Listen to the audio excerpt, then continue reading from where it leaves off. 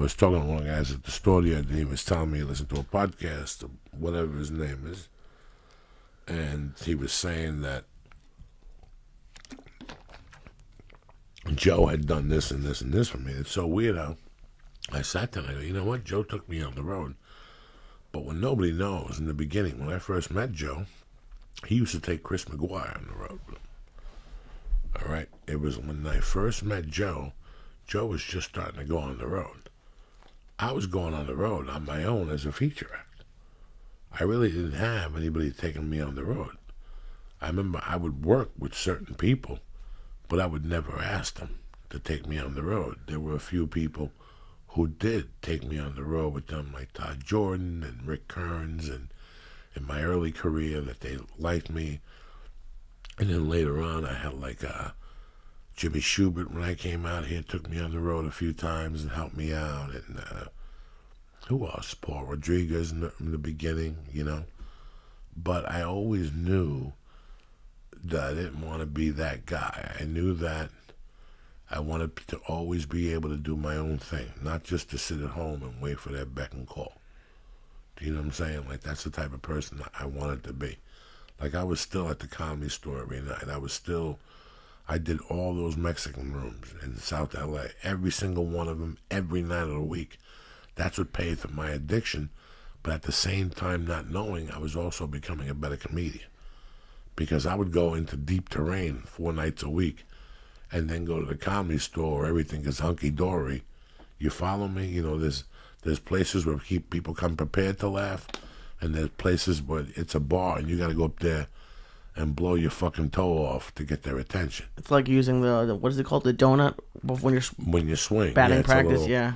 It's a little different, you know. It's really weird and then you learn a fine line. You learn a fine line.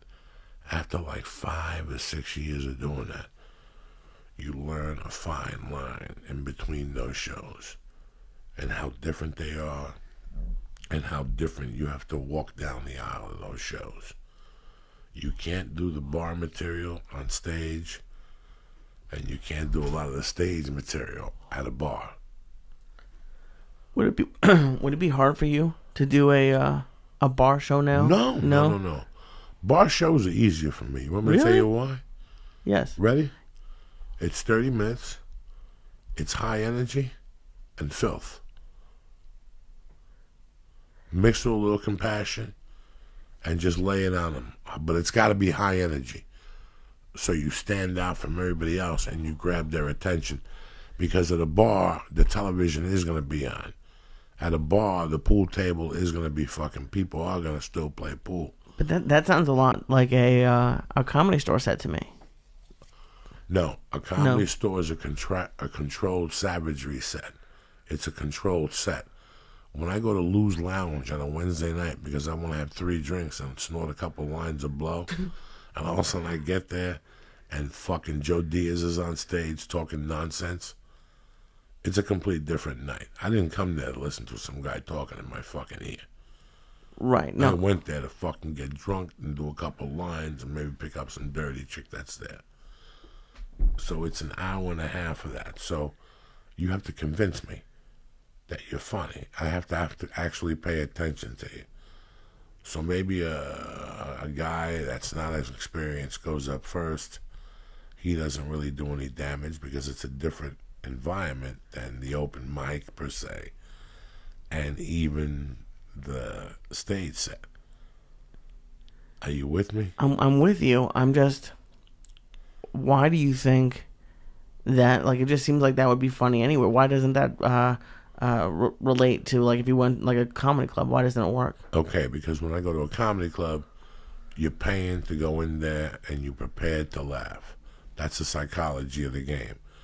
When you go to an open mic, half the people aren't really drinking. They're frustrated comics just like you doing material. It's when you have a few drinks that you loosen up on stage. And open mics, do not get me wrong, are a lot of fun. I always enjoyed open mics in the smaller cities because it felt like the comics were fighting for something. And I could take you back to 3 or 4 cities that I went there and I personally saw growth every 4 or 5 months because of that certain open mic type pride in those small cities. Cities like Houston, Texas, cities like Austin, cities like Boston. There's still small cities that you could do comedy at that it's not as glamorous, but you get funny fucking fast. A lot faster than you would be in LA. Do you know why? Because you get thrown into the lions a lot faster. And they're different type of lions. So it's okay if you fuck up in the back of your mind. The psychology of it, it's okay if you fuck up in the back of your mind. Well, it's interesting because you have a different judge every time you go on stage. It's not like the audience is the same. So that's actually something that I haven't even thought about before. You can't even really. It's hard to judge your material because some material works on some audiences and doesn't work on others. Always. But it changes every time you do a show. So it's hard. That must be hard to judge how your material is doing. Because you don't really have a constant. You don't really have like a boss being like, "Oh yeah, your work is getting better." You have to have someone come back and be like, "Oh yeah, I saw you 2 weeks ago." Well, I know how I do once I get off stage. When I'm on stage, I feel what they feel. Uncomfortable. Sometimes they're having a really good time. Energy is energy. And what you give out is what you get back. And you really learn that when you're on a stage and people are in front of you. Whether you're in a play, whether you're in a music. I can't imagine playing in a band. Like I did that thing. You know, what's his name show with you when I sang down there, the goddamn comedy jam. Right. That was a completely different animal.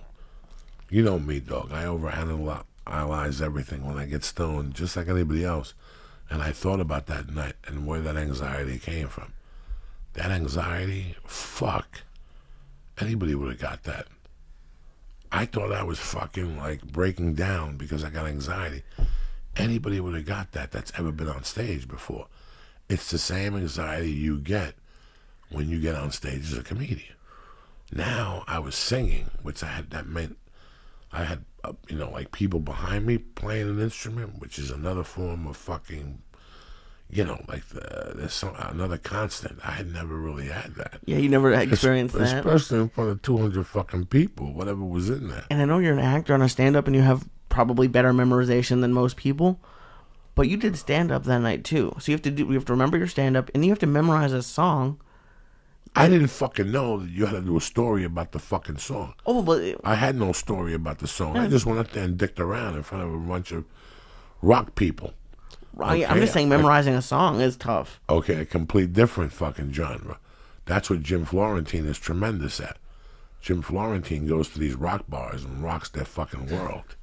You understand me? Something that I could do, but I don't do it often. I do more of comedy clubs, sometimes a theater, where you actually pay to fucking come see that specific fucking comedian. At a rock club, it's the same difference, but they're a little rowdy, and plus, there's a constant. They're standing.